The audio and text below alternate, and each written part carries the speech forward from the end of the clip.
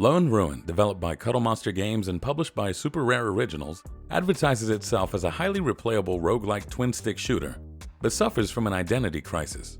I love Lone Ruin's flow-state-inducing aesthetic. Its warping and neon-highlighted environment combines well with the sci-fi trance music, but it feels inconsiderate to anyone playing the game. In merging 2D characters and projectiles in a 3D environment, there's a crucial loss of depth perception needed to hit skill shots and dodge damage in a bullet-hell game. Sometimes your shots get caught on stairs and it's hard to tell where some projectiles are going to land in the heat of the moment. I do like being able to outmaneuver enemies by dashing between elevations, but there are too many inconsistencies to justify playing around the Z-axis. You're given a dash and 3 empty slots. With these slots, you're able to unlock 8 different abilities that can later upgrade to enhanced damage and special effects. You may expect the game's roguelike premise to revolve around making the most of synergies and crazy combinations over multiple runs, but the game shows everything it has to offer by the end of an hour. There are some fun features to be had, like making a massive bouncing hyper beam or combining a black hole with an ever-spinning boomerang. But most of the upgrades are negligible increases in damage or size that don't make runs feel different from one another. Part of the blame lies in the lack of enemy variety. While the game is invested in delivering a power fantasy, the enemies and the bosses are too simple to aid the spectacle.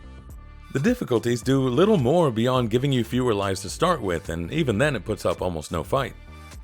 The main mode has you clearing out waves of enemies and chambers and choosing doors based on potential rewards, pretty standard stuff for roguelikes nowadays. However, there is a countdown mode where you're stuck in one room trying to gain levels and outlast the clock, similar to the current trend of Vampire Survivor-like games. This mode was shown off as the demo version of the game.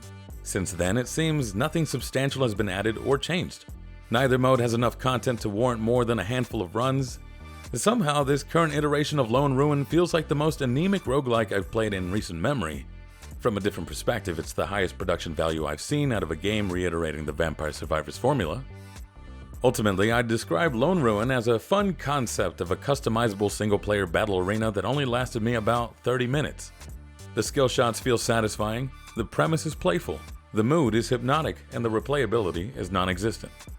Hopefully, the creators are planning active development because the end credits roll too soon to justify its current price tag within the genre known for its perpetual play. Lone Ruin is available now for $14.99 on Nintendo Switch and PC.